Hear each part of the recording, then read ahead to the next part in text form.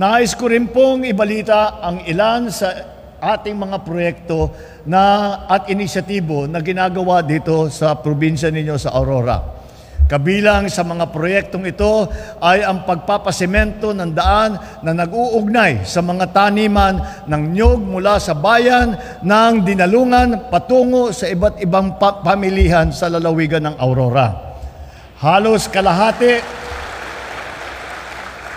kalahati na rin ang natapos natin sa pagpapagawa ng Ningalan Baler Road Project na nakakahalaga na mahigit 4 bilyong piso. Ito po ay direktang mag-uugnay sa 2 tanyag na bayan ng Aurora upang mas mapabilis ang daloy ng kalakal, transportasyon at turismo sa inyong lugar. Isa ring hinahanapan natin ng solusyon ay ang mga inabandonang proyekto ng APECO na nagkakahalaga ng halos 800 milyong piso. Sadyang napakalaking kasayangan kung ang nangyari po rito na sana ay ngayon ay pinapakinabangan na ng mga mamamayan ng Aurora.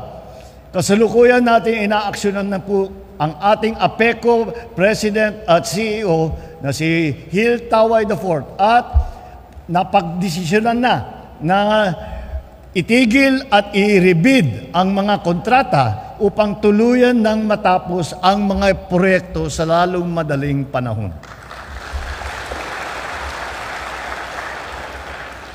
Bukod dito, patuloy din ang pagbabalangkas natin sa paggawa ng Baler Airport Development Project.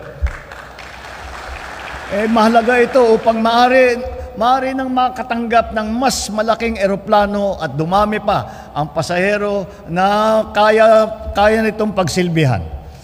Nitong Hunyo lamang, naayos na po ng CAAP ang pagbibili ng mga lupa na kailangan natin para dito sa ngayong Agosto para nakatakdang ilabas na ang pondo sa mga may-ari ng lupa ng mga yan upang masimulan na ang ating konstruksyon.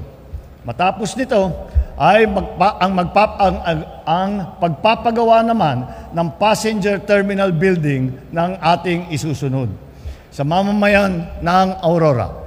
Sana po